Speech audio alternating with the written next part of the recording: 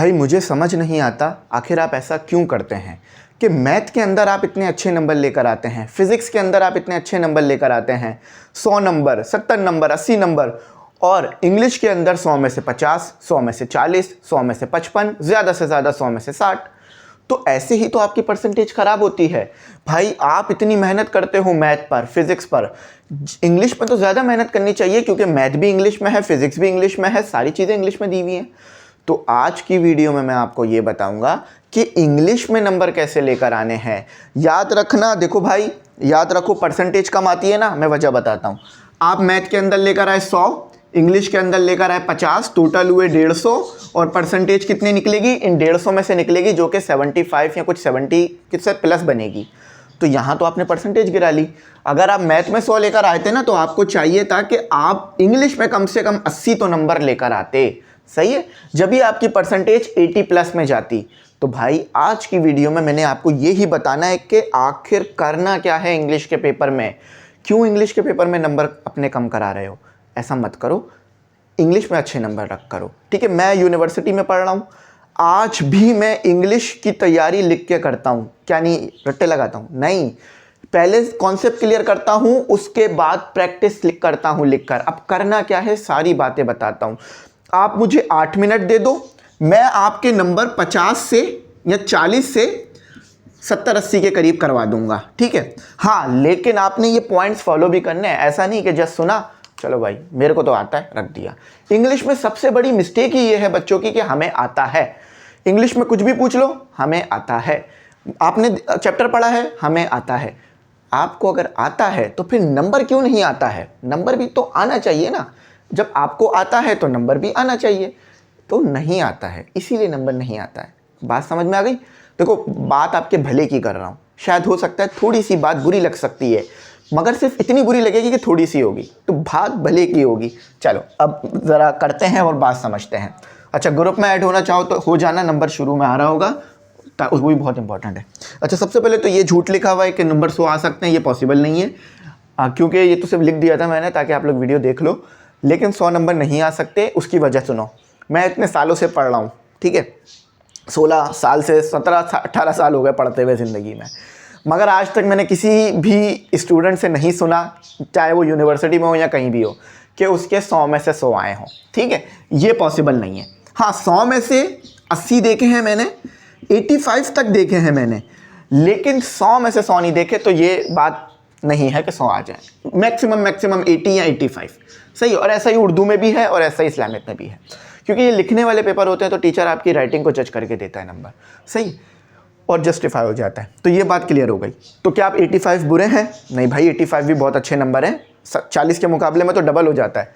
ठीक है, अच्छा अब आ जाओ, करना क्या है। बच्चे पता क्या करते हैं?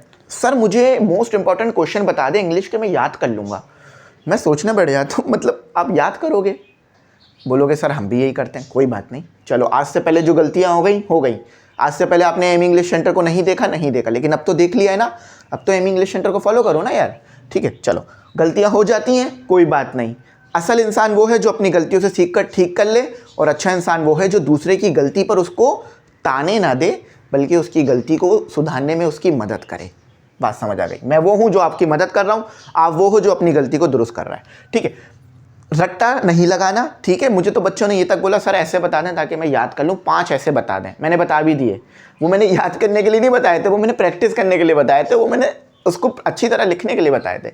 सही है, तो सबसे पहला काम क्या करना है? ग्रामर। देखो, ग्रामर स्ट्रांग करोगे तो सिर्फ आपकी इंग्लिश स्ट्रांग नहीं होगी, आपकी math, physics, chemistry, biology, zoology, botany, इसके अलावा कंप्यूटर, ये सब स्ट्रांग हो जाएंगी। क्यों? क्योंकि भाई सब तो इंग्लिश में पढ़ रहे हो आप। जब आप एक बार इंग्लिश पढ़ना सीख गए, इंग्लिश लिखना सीख गए, इंग्लिश बोलना सीख गए, इंग्लिश समझना सीख गए, टेंसेस आ गए, सब कुछ आ गए, तो फिर आपको मुश्किल है किताब खोल के पढ़ने में। देखो, यकीन मानो, मैं आपको ये बात बताता हूँ, मेरे यूनिवर्सिटी के टीचर बहुत अच्छे हैं। यकीन मानो, इतने अच्छे टीचर मुझे आज तक नहीं मिले कभी, जितने अच्छे वो टीचर हैं। लेकिन जब मैं किताब खोल के पढ़ता हूँ ना, तो मुझे ऐसा लगता है टीचर ने ये बात नहीं बताई। अब क्या वो टीचर गलत है? नहीं बेटा, वो टीचर ठीक है अपनी जगह। ये स्टूडेंट का काम होता है किताब खोल के पढ़ना। वो खुद कहते हैं बेटा आप हमसे सीख कर जा रहे हो, आप एडिशनल इन्फॉर्मेशन के लिए किताब खोल लो जाके, और वो किताब में अच्छी वर्डिंग होती है। तो अगर मुझे रीडिंग नहीं आएगी, लिसनिंग नहीं आएगी, राइटिंग नहीं आएगी, स्पीकिंग नहीं आएगी, तो मैं कैसे आगे जाऊँगा। रीडिंग क्यों ज़रूरी है? किताब पढ़ के कॉन्सेप्ट क्लियर करने के लिए। आपको पढ़ाने से पहले क्या मैं ऐसे ही आ जाता हूँ उठकर? नहीं, पहले खुद किताब पढ़ता हूँ क्योंकि नई है, मेरे लिए भी नई है, इसी साल तो आई है। उसके बाद आपको पढ़ाता हूँ ताकि कोई अगर एडिशनल इन्फॉर्मेशन दी हुई है तो वो भी डिलीवर हो जाए। बात समझ आई ना? क्यों ज़रूरी है? टीचर के लिए भी ज़रूरी है। अब मेरे को आती ही नहीं रीडिंग, अगर मुझे लिसनिंग आती ही नहीं, तो मैं क्या करता? What will I do? या मैं क्या करूँगा? तो मुझे भी तो सीखना है ना। तो इसीलिए कह रहा हूँ सबसे पहले रीडिंग अच्छी करो। रीडिंग अच्छी कैसे होगी? अपनी इंग्लिश की बुक पढ़ो। मैं ये नहीं कहूँगा कोई अच्छी सी बुक खरीद के ले आओ मार्केट से, नहीं, अपनी इंग्लिश की जो बुक मौजूद है उसके चैप्टर्स को पढ़ो, खुद ट्रांसलेट करो। ट्रांसलेशन के लिए क्या, आप जो वर्ड नहीं आ रहा डिक्शनरी डाउनलोड कर लो गूगल से या चैट जीपीटी से पूछो कि इसके उर्दू में मीनिंग क्या है, वो पूरे आपको क्लियर बता देंगे और बात समझ आएगी। लिसनिंग, सुनो। अब सुनने के लिए बोलोगे सर क्या मूवीज़ देखें? नहीं भाई, इंग्लिश मूवीज़ ना देखो, आप जो है वो इंग्लिश न्यूज़ देख लो, ठीक है? न्यूज़ चैनल्स आते हैं वो देख लो। और वैसे आपको ना बात ज़्यादा समझ भी नहीं आएगी उसमें, क्योंकि वो तो बहुत तेज़ बोल रहे होंगे। आप कोशिश करो कोई ऐसे नेटिव की नहीं सुनो बात इंग्लिश में, कोई लोकल जो इंग्लिश में बोल रहे हो उनको सुनो, क्योंकि वो हल्के बोलेंगे, उनकी बात आपको समझ में आएगी, ठीक है? राइटिंग करो। अभी मेरे पास वो कॉपी नहीं है, मैं कॉपी आपको दिखाता कि मैं एप्लीकेशन, लेटर, ऐसे, कवर लेटर, सीवी, इनको लिख कर प्रैक्टिस करता हूँ, ठीक है? पेपर से पहले मैंने प्रैक्टिस की और मेरे बहुत अच्छे नंबर आए थे। तो आप लिख कर प्रैक्टिस बच्चों ज़रूर करो, ठीक है? और स्पीकिंग, बोलना तो बहुत इंपॉर्टेंट है। मैं भी कभी कभार हेजिटेशन फील करता हूँ बोलने में, but you will have to speak in English to other people. ये बहुत इंपॉर्टेंट है। हेजिटेशन होगी शुरू में, यही तो होता है। अगर शुरू में मुश्किलात है, लोग भाग जाते हैं। शुरू की मुश्किलात बर्दाश्त कर लो, आगे आसानी हो जाती है। तो बोलने की कोशिश करो, गलत निकलेगी। देखो, बोलते हुए गलती हो गई ना, कोई नहीं पकड़ता। अभी मैं कोई गलत सेंटेंस बोल दूं, यू शुड स्पीक, या बोल दूं यू हैव टू स्पीक, या यू कैन स्पीक, तो आप लोग नहीं पकड़ पाओगे। और पकड़ोगे भी तो फिर बोलो चलो बोलने में तो हुआ है। लिखने में गलती होती है, वो पकड़ में आ जाती है। तो बोलने की कोशिश करो। गलत निकलेगा जुमला मुंह से, और दोस्तों में भी नहीं करना, दोस्तों में भी कोशिश करो। असल में पता है सबसे ज़्यादा ये मसला कहाँ बनता है बोलने का? ये दोस्तों में बनता है। अब आप पता है क्या है मसला? एक और बताता हूँ। एक फैमिली में गए, मैं अपनी बता रहा हूँ। इंग्लिश में मैंने 2-3 चीज़ें बोल दी। शुरू था, इंग्लिश सीखने का शौक़ हुआ था, तो यही वाला था हमारे दिमाग में, हर जगह इंग्लिश बोलनी है। तो मैंने ये बोल दिया यू शुड डू दिस। अच्छा, इंग्लिश, बड़े अंग्रेज़ हो रहे हो। तो अब इसका क्या, ये आपको नेगेटिव मीनिंग हो, थोड़ा मजाक कर रहे हैं, बोलो हाँ हम भी अंग्रेज़ हैं, आप भी अंग्रेज़ हो जाओ। तो समझ रहे हो ना बात? बोलो सीखो, बोलो सीखो, हाँ लेकिन बोलो, ठीक है? वोकैबुलरी इंक्रीज़ कर लो अपनी, ठीक है? वोकैबुलरी को इन्हेंस कर लो, वो वर्ड इस्तेमाल करो। अब ये जो इन्हेंस का वर्ड है, मैं तो इंक्रीज़ यूज़ करता था, इन्हेंस का कहाँ से आया? मैंने सुना, उसको बोलना शुरू कर दिया, ख़त्म बात। समझ में आया? ये 4 चीज़ें करो, ये ग्रामर है आपकी, सही है। अच्छा, अब आओ क्लियर योर कॉन्सेप्ट। मैं चैप्टर्स जब पढ़ाता हूँ तो साथ साथ इंग्लिश के आपको पूरा सिनेरियो समझाता हूँ चैप्टर का, कि चैप्टर में बात क्या हो रही है, ताकि कोई भी क्वेश्चन पूछ लें आप इजीली जवाब दे दो, ठीक है? तो कॉन्सेप्ट क्लियर करो कि कैसे बनेगा टेंस, क्या है चैप्टर में, ये सब कॉन्सेप्ट क्लियर करो। अच्छा, बहुत सारे बच्चे क्या करते हैं, चैप्टर को रीड नहीं करते, डायरेक्ट क्या करते हैं, चैप्टर को रीड के हटा से, रीड नहीं करा, रीड छोड़ के डायरेक्ट क्वेश्चन आंसर्स कर गए। अब मैं एक स्कूल में गया, ठीक है? मज़े की बात सुनो, हुआ क्या, अब मैं नाम नहीं लूँगा स्कूल का, बस समझाना चाह रहा हूँ कि लेवल क्या चल रहा है चीज़ों का। मैं एक स्कूल में गया, मुझे इंग्लिश की क्लास लेने के लिए दे दिया। मैं जब भी किसी स्कूल में जाता हूँ, मुझे कोई कहता है भाई आप बच्चों को समझाएं या इंग्लिश की क्लास ले लें, मैं तो खुशी जाके पढ़ाता हूँ, क्योंकि मुझे पता है क्या करना है। मुझे बड़ा शौक़ आता है पढ़ाने में। मैं अल्हम्दुलिल्लाह अपनी जॉब भी करता हूँ और ये भी कर रहा हूँ, ठीक है? तो मैं गया स्कूल में जाकर मुझे बोल दिया, तो मैंने बच्चे से बोला लाओ अपनी बुक दो। तो उस बच्चे ने बोला सर ये चैप्टर हो गया है। अब मैं क्या समझा, ये चैप्टर हो गया है तो इससे मुराद है चैप्टर भी पढ़ा दिया, क्वेश्चन आंसर्स करा दिए। तो उस बच्चे ने मुझे बोला सर टीचर ने क्वेश्चन आंसर्स करा दिए मगर चैप्टर समझाया नहीं है। मैं तो खड़ा होकर देखता रह गया बच्चे को। मैंने कहा ये क्या बात हो गई, ये तो वही बात नहीं हो गई कि बिरयानी खा ली मगर चावल नहीं डाले, या बिरयानी बनाई नहीं, या ये तो वही बात नहीं हो गई कि आप अमेरिका चले गए या किसी फॉरेन कंट्री में चले गए लेकिन पासपोर्ट वीज़ा नहीं बनाया। तो ये कैसे पॉसिबल हो सकता है, ये तो मुमकिन ही नहीं था। मैंने कहा मैंने कुछ कहा नहीं, मैंने उस बच्चे को कुछ कहा नहीं। मैंने कहा यार चलो अब क्या कहूँ टीचर को, बाद में अगर मैंने कह दिया तो ये बात पहुँच जानी है उन तक। तो मैंने कहा चलो बेटा कोई बात नहीं, क्वेश्चन आंसर समझ में आ गए, मैंने फिर क्वेश्चन आंसर, मैंने कहा चलो क्या पता क्वेश्चन से बात समझ आ गई होगी, तो मैंने फिर सवाल करना शुरू किया उनसे चैप्टर के बारे में। नहीं आ रहा था उन्हें, बिल्कुल नहीं आ रहा था, उन्हें पता ही नहीं था क्या है। बार बार एक चीज़ दोहरा रहे थे, सर अभी टीचर ने पढ़ाया नहीं, सर अभी टीचर ने पढ़ाया नहीं। तो मैंने कहा चलो बेटा मैं पढ़ाता हूँ, सीखो, आ जाओ सीखो। और जब मैंने उन्हें पढ़ाया तो यकीन मानो जो टीचर उनके इंग्लिश के थे उन्होंने भी आके अप्रिशिएट किया कि आपने बहुत अच्छा पढ़ाया। मुझे ऑफ़र भी मिली वहाँ से, लेकिन मैं खुद अपने पढ़ने में लगा हुआ था और दूसरी चीज़ों में, तो मैंने एक्सेप्ट नहीं की। बात समझ में आई? पहले चैप्टर तो पढ़ो बेटा। देखो 2 घंटे याद करने में लगा रहे हो, 25 मिनट चैप्टर सुन लो मुझसे या किसी और अच्छे टीचर से, सिर्फ मुझसे नहीं, अगर कोई और अच्छा लग रहा है तो उससे भी सुन लो।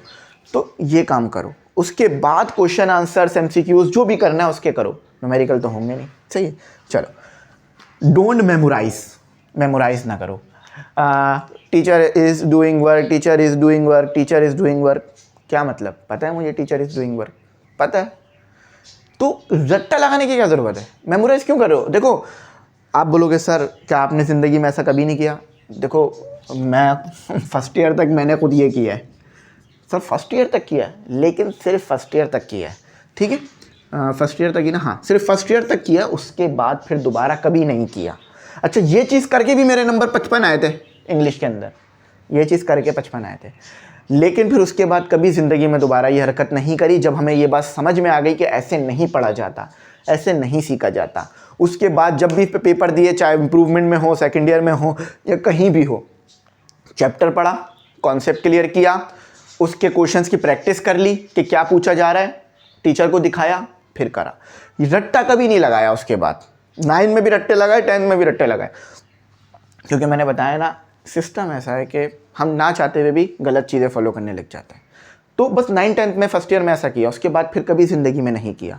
और उसके बाद फिर मेरे नंबर इंग्लिश में अल्हम्दुलिल्लाह अभी जो मेरे कुछ गुजरे हैं सेमेस्टर, तो जो मेरी एकेडमिक राइटिंग थी उसमें मेरे 80 नंबर आए थे।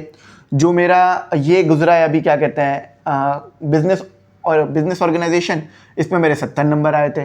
तो ये बुरे तो नहीं है ना, 80 और 70 नंबर, ये तो ऑलमोस्ट पूरे नंबर ही समझे जाते हैं, कम से कम 80 की तो बात करो, ठीक है। तो समझ गए ना, रट्टे नहीं लगाना, प्रैक्टिस करना। अच्छा, अब टेस्ट। सर टेस्ट ये कैसे पॉसिबल है? बिल्कुल पॉसिबल है, क्वेश्चंस मौजूद है, एक क्वेश्चन निकालो रोज, उसको लिख के तैयारी करो। लिख के तैयारी करने से क्या मुराद है? रट्टा नहीं लगाओ।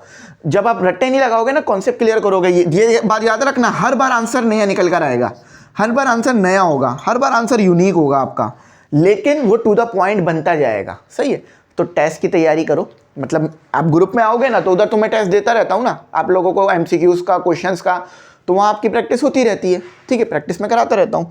तो टेस्ट करो डेली। अब डेली से क्या मुराद है? 5 मिनट चाहिए, एक क्वेश्चन उठा लो, इंग्लिश का कोई एक क्वेश्चन उठा लो, ठीक है, उसको लिखो, क्या करो, उसकी राइटिंग करो। यानी राइटिंग से मुराद वो बचपने वाली राइटिंग नहीं कह रहा, मतलब क्वेश्चन लिख लिया, अब बुक वगैरह सब बंद कर दो, अपने दिमाग से आंसर जनरेट करो।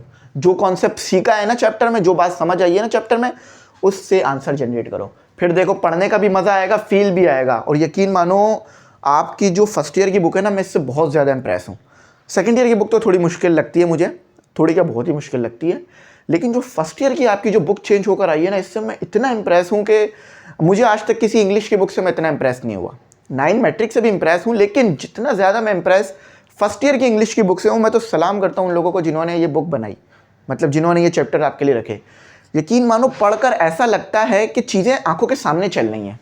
जैसे lake once more to the lake वाला हो गया, कायदे आज़म का जो स्पीच है 1947 की, वो हो गई 11 अगस्त 1947 की।